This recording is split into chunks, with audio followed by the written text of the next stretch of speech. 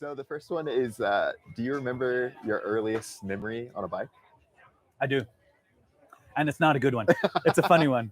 The sheep ran away and I was hauling butt on my sister's banana bike seat. And it's probably like my, I don't know, very early time biking, and I didn't know how to bunny hop.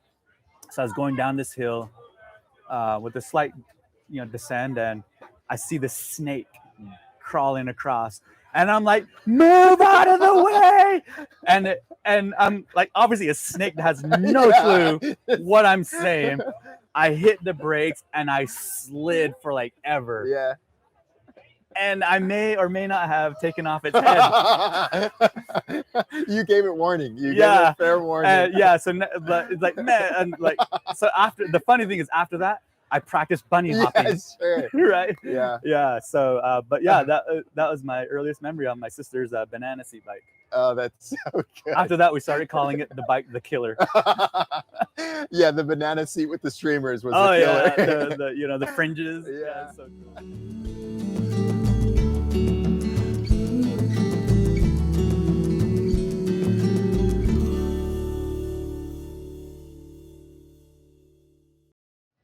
Brought to you by Thule, this is You Inspire Us. Inspiring stories about all things bike. I'm Eliot Jackson, a bike ambassador for Thule, and today we're recording live from CRANKWORX. It's Friday, we've gotten to watch a little bit of slopestyle practice, and we're going to watch speed and style later. And we're really excited to bring you one of the first episodes of You Inspire Us. We're going to be traveling around to interview different ambassadors and athletes, and I think we want to bring this feeling that we have here at CRANKWORX and these events around the world to you at home. So make sure you subscribe so you can listen along and learn and watch all of the things that we're going to get into. Today, my guest is Mylo Fowler. He is one of the greatest adventure photographers in the world. Not only has he shot and written stories for National Geographic, but he's also ridden and bikepacked over 400 miles and has some of the most inspiring community work that I've ever seen. How are you? I'm doing good. Happy to be here. Amazing. So I think the place that I want to start is if we were to go back a little bit and talk a little bit about little Milo. I think it's fascinating the way that we kind of progress in our relationship to the outdoors. So tell me a little bit about you as a kid and kind of your first experiences outside. I remember my very first time I was outdoors. I was just always outdoors, and a lot of that was with the responsibilities that I had as a little kid, herding sheep, tending to the chickens and the pigs, and 12 acres of land, which I found out was 12 acres way later in life, where we grew corn, squash, watermelon. Essentially everything that we ate came from outside, the front door, and being able to take care of the sheep, I was just always outside. And we had a very small home, with my grandma and my grandpa on my mom's side of the family, and the responsibilities were always outside. And so some funny experiences was I remember going to a grocery store for the very first time. Had no idea what it was. My mom and I went in, and she said, "Hey, I'm gonna go grab some things over here. I want you to go get 4 ears of corn." Yeah. And I was like, "What? There's corn here under this building?" Because you hadn't ever went and bought. How old were you when that happened? Oh, I was younger than first grade, And so you had just been working on the farm that entire time. Yeah, the entire time I thought everybody grew and everything they ate, Yeah. And so I go find this store employee. I said, "Hey, I've got a really, really weird question for you. My mom said I need to get 4 ears of corn. Do you guys have a field back here behind the store? Are you gonna go outside?" Yeah, because I was so used to plucking it off the stalk, and checking it, which one's ready, which one's not. Are you the farmer, or is it that guy? Yeah. And so then the guy was like, "Okay, yeah, we got to go over here," and he takes me to this bin, and he's like, "Here you go," and I was just like, "Wait, what?" And that was when reality hit, and it's funny because I remember going back to my mom and saying "Wait, people can just come here and buy their food? Why have we been working? Yeah, why have we been working and farming and sweating and getting blisters and in the hot heat and sweating, all this stuff." It was funny. And so At what moment do you think you kind of fell in love with the outdoors, especially because you had this relationship with kind of like working the land and things like that? Did you kind of separate it even when you were little? I really didn't. It was a part of everything we were. I think some of my early childhood memories was like with my grandma going out into the field, and I just remember. My grandma was small. Like probably under 5 feet to be safe, and she had this little machete knife, and I just remember her picking a watermelon, showing me how to pick a watermelon when it was ready, and she just had this little knife and cut the watermelon right there. And my mouth was watery like it is right now, Yeah, sure. This little kid, like, oh, watermelon, it's hot. But she just said a prayer of gratitude right then. And there's a long prayer. I was like, come on, I want some watermelon, And I just remember taking that first bite. And I was like, wow, so quenching, So from those types of experiences, I was never indoors or didn't have to learn about the outdoors. I was just always in it, Yeah. And you had these kind of formative experiences, kind of going from working the land. I thought it was so funny that you said that you went on Google Maps and like measured it out. And you're like, right, we had 12 acres. That was a lot of work. Yeah. So you went from there and you started guiding. Yeah, I did. Yeah, the early part of my photography roots, I don't want to say career because it really wasn't right then. It was mostly seeing photographers come into our tour shop with like camera bags and tripods and multiple lenses and assuming a lot. I thought these people knew everything about photography.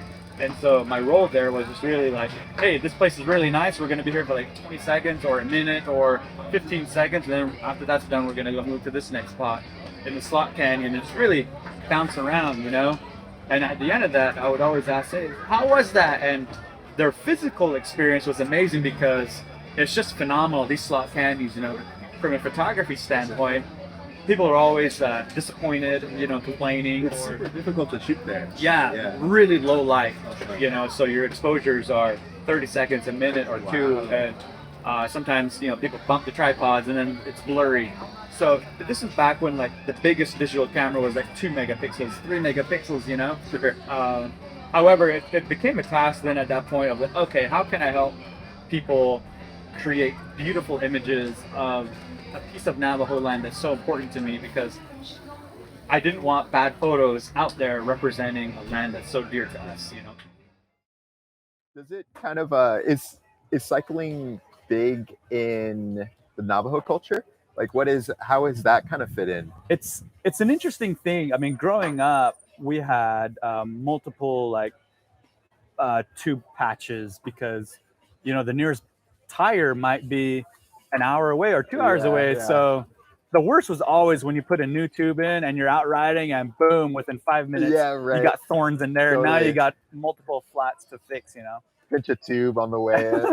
Yeah, always. And so, but it was always fun. And I think that nowadays with, with more technology and more resources that are available, like Amazon or, just things to get these products out into rural areas has increased the bike activity. There's just a beautiful 15-mile race inside Monument Valley just a couple of days ago. Okay, I wish I was there. Yeah. Have you done any races? I have, yeah, just for fun, with sure. some buddies. And it's just, really enjoy being there, and it's just I'm always amazed at what here at Innsbruck, what somebody can do on a bike. It's just stunning. And so I always think about, it makes me think about community. Like for me, my community has been at the races. Like it's the people I see, all my friends when I travel. And I feel like it's kind of a word that gets thrown around a lot. How do you define community? I think I define it by how we've always introduced ourselves, which is in Navajo we say "Yat eshike doshidene," which in English would be "Hello, my relatives and my people." There's no line that says you're over there and I'm over here. Sure. It's like my great grandmother. I had the great fortune where she lived right next door to us. She would always say, when you look at our Mother Earth from far away, the biggest visual is that we all get to call this place home one time. And that's why we are neighbors. That's why we are relatives. That's why we say my people, because that's who in life, that's who you should be to me. Yeah. Right. And should be love and harmony and this balance in regards to how we view each other. And so, and she also mentioned that, in our language, we never had words for, different things like computer or like hospital. Right. In our language, hospital is now, as they in English, that would be the place where the medicine is made, the place where the healing happens. But my great grandmother said, for us, that's always been out here in nature. You mix this plant with this one, you'll be able to heal yourself if you have this illness, And so from that, she said, a powerful teaching, which is we are each other's medicine. So in some way, we are the healer for somebody else. Right.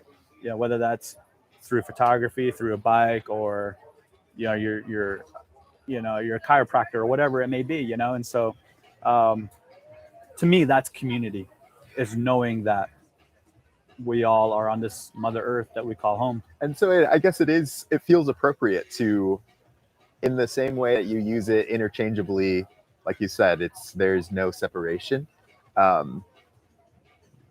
Is that something that you feel is more core to you, is like finding these new communities, discovering the bike community, discovering the photography community, and things like that? Like, I guess, how has the bike also kind of allowed you to reinterpret some of the traditions and ways of navigating the world?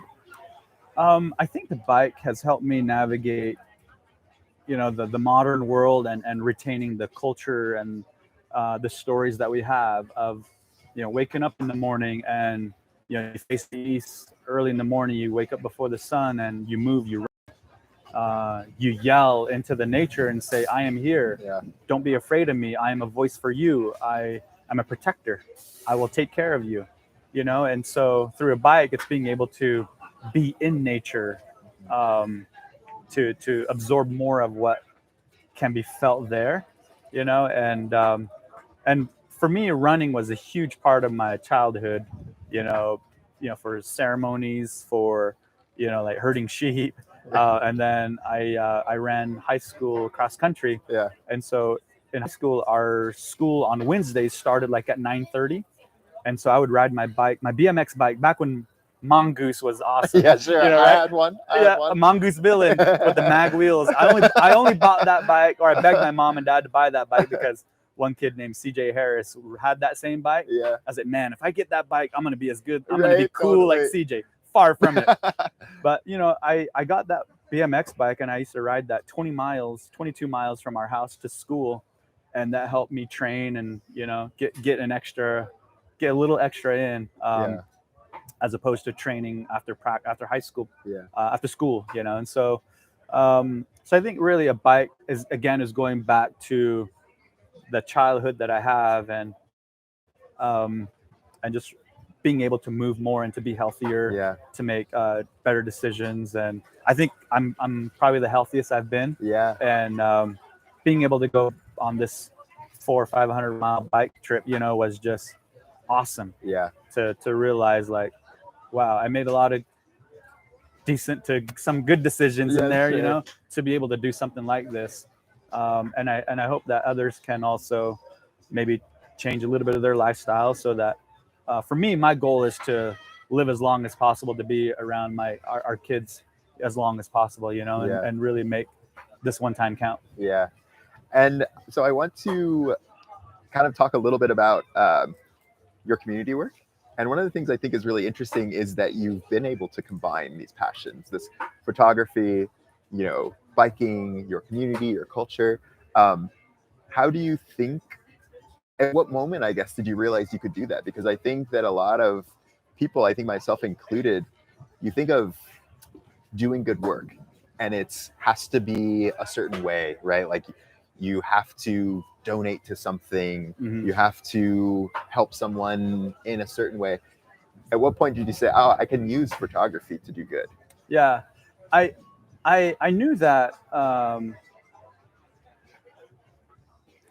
and we're taught that we all have 4 real divine gifts, and one of them will be stronger than the others, and that one that you find will more than likely be about helping other people.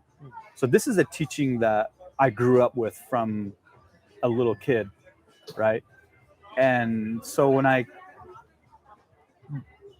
I realized I knew a lot about photography, I used that the wrong way to chase recognition, Sure. awards, Yeah. between a small group of friends. Basically say, hey, I sold that image for this size paycheck. Right. Yeah. Like, back then, that was what mattered. Yeah. And at some point, I realized, like, that's boring. Not those don't really lead to what's important to me now, which is the word meaningful, you know? Yeah. And then in 2015, so to answer your question, 2015, the Gold King mine spill happened, and I had another photo assignment to go off on. So I built a little website, and basically, if people, you know, bought a print for $5, they'll get a, you know, I think it's like an 8x10 or something. If they bought one for $10, they get a little bigger. If they bought one for $20, they get a little bit bigger. And that was it. 5, 10, 20. I said, basically, the San Juan River, which is a pretty good sized tributary that runs into the Colorado River, that was contaminated from the Gold King mine spill outside of Durango. Yeah. Basically, our people's water was turned off, you know. And so this little idea is that, you know, living in Salt Lake City, I said, you know, I'll go rent to one of the big box stores and throw a pallet of drinking water onto the back of my truck, go haul it down. I know a few grandmas, I know a few grandpas, some single moms that could probably use this, right? Right. I build a website, take off, come back 4 or 5 days later, log into the account, and I'm like, holy cow. How much did you guys raise? I don't remember the figure. I do remember that we were able to buy 7 semi-trailers No way. of drinking water. Actually. Of drinking water. And I'm like, holy cow. And I just remember that moment of opening the account, doing the math, making the phone call to a company. I was like, hey, look, I've got this crazy idea and I don't know what to do, and I'm hoping you can help me. That's crazy. And they said, hey, we'll give you a discount. And I just remember that feeling that I had of like, I love this. Yeah. I want, this is it. This is how I need to figure out how to do this, replicate it, right? So I delivered the water, had some money left over, and then I reached out to Goal Zero. Goal Zero is a company based in Salt Lake as well.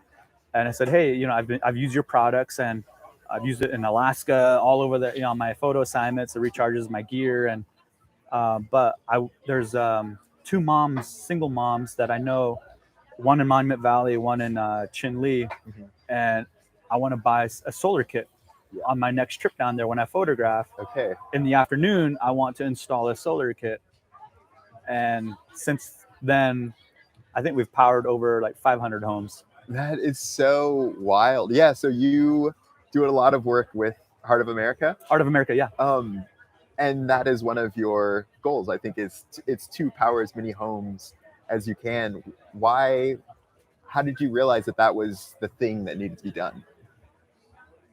I knew it was a thing that needed to be done because I grew up without, you know, electricity. That's so wild that I don't even think of places in the U.S. as having no electricity, like or running water, let alone clean running water. Right? That's crazy. Yeah. So I grew up that way, and the reason why I rode the bike to school on Wednesdays was so that I could get there around like 8 o'clock in the morning, and I had an hour and a half to do my homework, to play catch up. Right, because it would get dark otherwise. Yeah, in the wintertime, especially, And so, and I graduated high school, 23, 24 years ago now. However, kids are still doing their homework like I was, you know, during that time frame. And it gave me challenges, you know, and I realized that, you know, if I didn't have to, you know, do homework with a flashlight in my mouth, it might be easier if I'm sitting under light rather than, you know, or like in front of my wood burning stove, you know. And so not only that, we grew up like running like propane inside our home. since we don't have electricity, we don't have ventilation or HVAC, right, to circulate that. So we're inhaling that. Sure. Or we Yeah. had like kerosene, Yeah. like old school pioneer stuff, Yeah, you know, that we were that's- using Yeah. as fuel for the light, which naturally is not healthy to inhale, you know. And Sure. so this, with Goal Zero and our solar panels and the batteries and the lights, I mean, the sun shines quite a lot in the Southwest, and so, you know, now these families have, you know, renewable energy. That's awesome. Do you remember, that is, yeah, it's just so incredible. Like that, I think one of the things for me that I didn't really realize in the beginning is community work is all about these like really small moments almost. Like it is amazing to say we've put in X amount of you know, solar kits, but then it's a totally another thing to say I met with a family and it totally changed their life. Do you have any of those moments? Hundreds. Yeah. It's really anytime I think about the families, like just like flashes of families or kids, and you know, a grandma, you know, like all those come to mind. And I think the approach, whether you help one person or 1,000 people, the amount that you care is the same. How important to you is the same. Your mission is the same, right? Every single individual or every single opportunity matters. And the advantage of being able to scale that is you're able to just reach more people and have more of those, you know. And so it's I don't know, it's really, it hits a soft spot for me, you know, because my mom was a single mom, and you know, she had multiple jobs to make ends meet. And you know, when you don't have power, then like now, one fun thing that I love to do is you know, like I know a lot of families that are artists, and I'm a photographer and I'm an artist. And I'm like, look, I've got an online store, and you can too. Right. Here's how, Sure. whether if it's your jewelry or your you know, Yeah. necklace, or maybe your moccasins, like you could build this online store, and like here's the whole empowering process. that next generation. Exactly. And it's just the funnest thing to get messages back of, I sold my very first pair of earrings for $12. This person bought it from New Jersey, you know. Right. And like I go back home, and I love art. My office is full of art. And I would you know, like, hey, what's your Instagram? And I tag them, and it's just the funnest thing when they reach back out. Hey, do you know this person?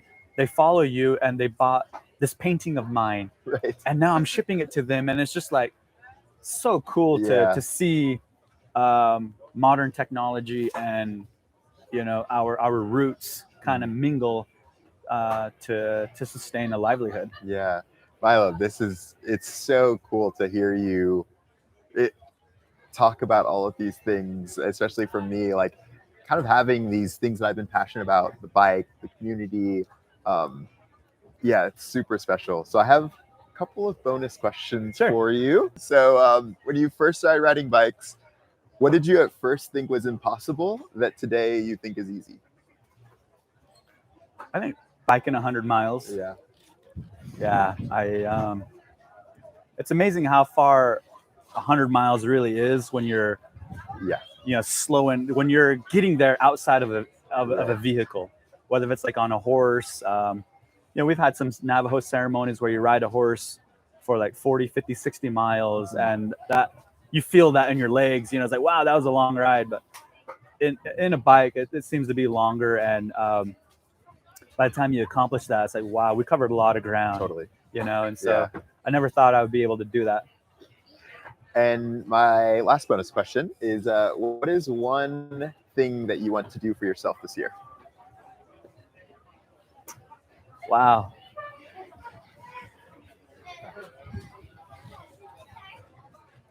Ah, man. That's a good question. I don't think that way, you know. I think I've just had so many examples in my life where, like, going back to farming, you know, like I always saw my grandma give away boxes of food, and I hated it. It was like I was always pissed about that, because like I worked for that. I was sweating and got stickers and splinters, and you know, and we're just giving away the farm to a degree, you know.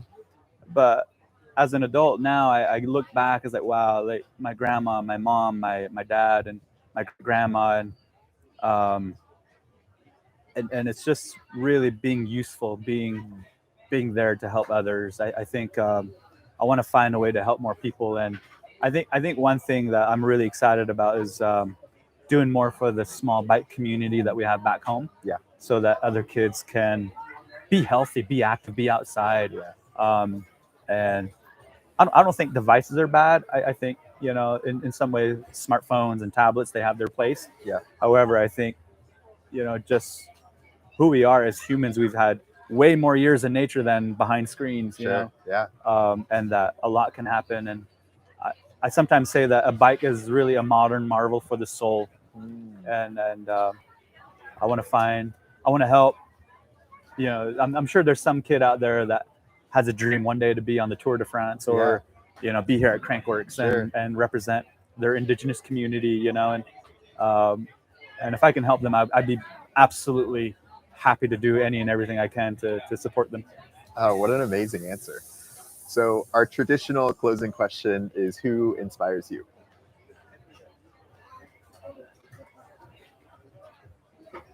I'd say my wife and my kids. My wife is, wow, getting choked up thinking about her. She sacrifices a lot. She's a phenomenal mother.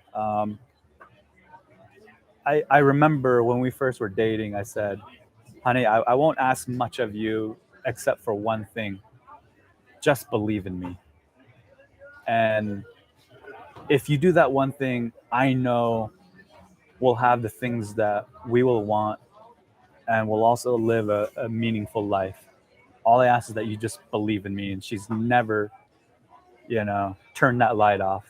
Our son, Denali, is so sweet and kind, very thoughtful, always thinking of others. Dad, we should slow down and help that person with their tire. Or, you know, he's just awesome in that way. You know, he's very sweet. And then Aurora, we call her Bubblegum in our family.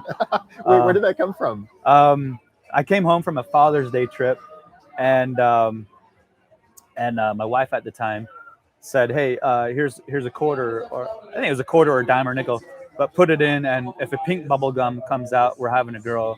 If a blue bubblegum ball comes out, we're having a boy."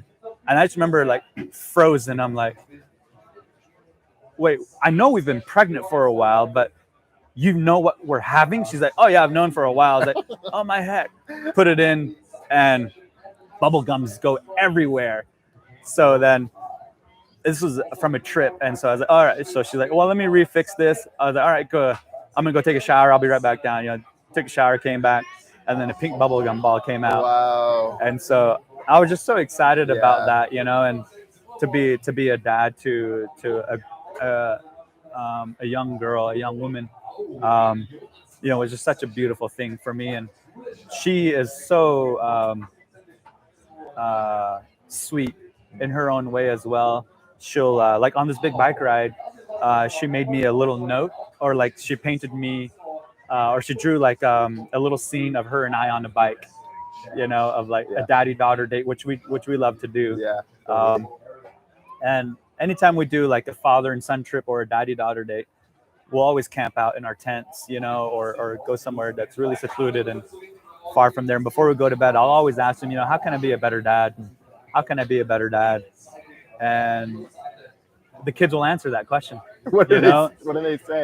It's like, you know, spend more time with me. You know, I want to learn more words, or, you know, just like, it's really sometimes random.